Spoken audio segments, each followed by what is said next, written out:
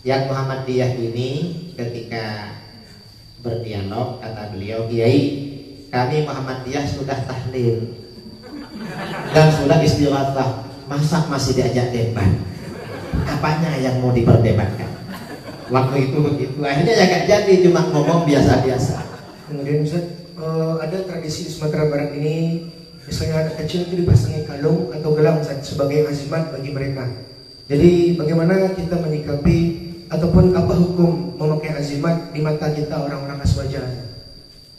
Azimat itu ya, kalau azimat itu orang memakai azimat, kalau isinya itu ayat Al-Quran atau nama-nama mu'azzamah, asma yang diagungkan, asmaul husna, atau doa-doa dari Nabi, atau nama-nama orang soleh, itu gak apa-apa, gak apa-apa. Dan niatnya orang pakai azimat itu harus punya keyakinan bahwa yang mendatangkan manfaat dan menolak mudarat itu hanya Allah. Azimat itu tidak berpengaruh apa-apa, itu hanya wasilah, itu gak apa-apa kalau begitu. Kalau beranggapan bahwa azimat itu yang menolak mudarat, itu gak boleh. Gak boleh, termasuk dibuat kalung, dibuat apa. Yang penting akidahnya diperbaiki. Sama ibaratnya dengan orang minum obat. Kalau sakit kepala, kamu minum apa? Paramek. Baikun.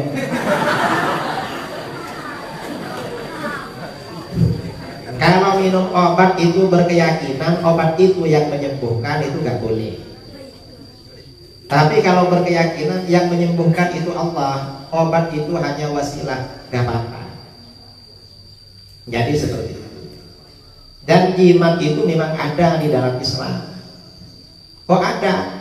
Sejak masa sahabat, Abdullah bin Amr bin Al-As itu meriwayatkan bacaan dari Rasulullah SAW untuk anak-anak agar tidak diganggu jin. Bagi anak-anaknya yang masih kecil biasanya ditulis lalu dikalungkan. Itu amalan sahabat. Itu jimat. Terus ada lagi. Terakhir Ustaz, berhubung waktu sudah memisahkan kita, bahwa di Sumatera Barat ini ada dua ormas besar Ustaz, Nahdlatul Ulama dengan Muhammadiyah. Ini meskipun katanya beriringan namun sering berseberangan. Jadi yang menjadi pertanyaan di sini adalah Ustaz, apakah betul Muhammadiyah ini Wahabi mutlak atau mereka termasuk juga Ahlus Sunnah wal Jamaah? Muhammadiyah ini asalnya dulu Ahlus Sunnah. Pendirinya Yai Ahmad Dahlan itu seperguruan dengan Kiai Hasyim Asy'ari. Bahkan di kitab yang diterbitkan oleh Muhammadiyah, awal-awal berdirinya Muhammadiyah, di kitab apa? Fikih ya, Fikih jilid 3. Itu tata cara ibadahnya sama dengan kita, nggak ada bedanya. Bahkan dulu sebelum kemerdekaan, karena Muhammadiyah itu berdirinya di Jogja dan pusatnya terbesar di Jogja. Dulu kalau merayakan Maulid, Isra Mi'raj, orang Muhammadiyah itu lebih meriah daripada orang NU. Lebih meriah. Itu di majalah-majalah Muhammadiyah seperti itu. Kemudian setelah kemerdekaan, karena Muhammadiyah ini tidak punya pondok pesantren, beda dengan NU. NU Perti itu kan banyak pondoknya. Maka yang melanjutkan kepengurusan di organisasi itu alumni pondok. Maka ajaran Ahlus Sunnah terjaga. Muhammadiyah dulu gak punya pondok, maka yang melanjutkan organisasi itu tidak punya ilmu seperti para pendahulunya. Akhirnya apa? Terpengaruh dengan Wahabi. Karenanya sebagian orang Muhammadiyah ada yang terpengaruh dengan Wahabi. Ada yang Wahabinya full, ada yang Wahabinya setengah, ada yang Wahabinya sedikit-sedikit. Ada yang masih murni aswaja, ada orang Muhammadiyah di daerah Jawa Tengah, di daerah Rembang, di daerah Sedan, di daerah Rembang. Yang rajin yasinan, ziarah kubur, tahlilan, itu orang Muhammadiyah. Orang yang punya nakal-nakal di sana. Nah sekarang ini karena para asatid, para buya, para kiai banyak menyampaikan dalil-dalil Ahlus Sunnah, akhirnya orang-orang Muhammadiyah itu banyak yang sadar. Organisasinya Muhammadiyah tapi tradisinya NU, sehingga ada istilah Muhammad NU atau Muhammadinu. Saya tahun 2018 diundang acara debat di Manado, di Bitung, Sulawesi Utara. Mau debat dengan Wahabi, Muhammadiyah, LDII. Karena yang menantang debat itu orang Wahabi. Ternyata pada hari H Wahabinya lari ke datang. Padahal dia yang ngajak.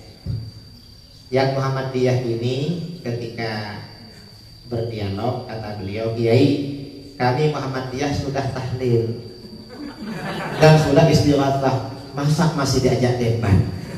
Apanya yang mau diperdebatkan? Waktu itu begitu, akhirnya ya gak jadi, cuma ngomong biasa-biasa.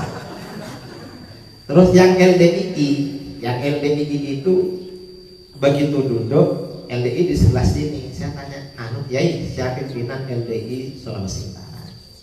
Saya langsung bilang pada dia, iya, katanya kalau ada orang singgah di masjidnya langsung dipen, langsung dicuci. Enggak Kiai, itu gak benar kalau di sini, mungkin daerah lain.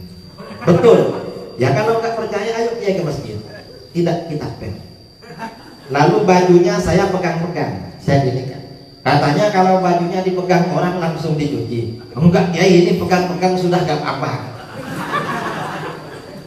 Saya berani kalau ketemu orang beda, langsung saya tanya memang.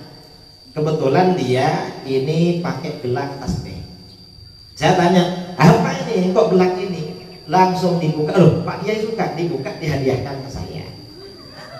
Dan ketika diskusi, kata LDI Pak Kiai ini mau ngajak debat apa? Om saya ini ikut akidahnya sampean. Sampean bicara apa, saya ini ikut sudah. Karena kita ini Islam rahmatan lil alamin. Akhirnya gak jadi debat. Ya macam-macam ada. Ada yang hal. Ini tergantung kita. Karenanya kita yang ada di pondok yang rajin belajar. Nanti saudara kita yang Muhammadiyah, yang PKS atau yang apa, kembalikan lagi ke dalam Ahlus Sunnah wal Jamaah. Saya kira nah cukup ya dari saya dan Kiai Ma'ruf. Kurang lebihnya mohon maaf yang sebesar-besarnya, terutama kepada pengasuh Buya, Tengku, Darmis, Mu'ad. Mudah-mudahan jadi santri yang sukses, dapat ilmu yang manfaat, yang barokah, menyebarkan Islam Ahlus Sunnah wal Jamaah. Dapat yang laki-laki dapat jodoh yang solehah, yang perempuan dapat jodoh yang soleh, dimudahkan rezekinya, dan mudah-mudahan pondok ini semakin makmur, semakin ramai, banyak orang-orang soleh datang ke sini. Amin Allahumma amin. Assalamualaikum warahmatullahi wabarakatuh.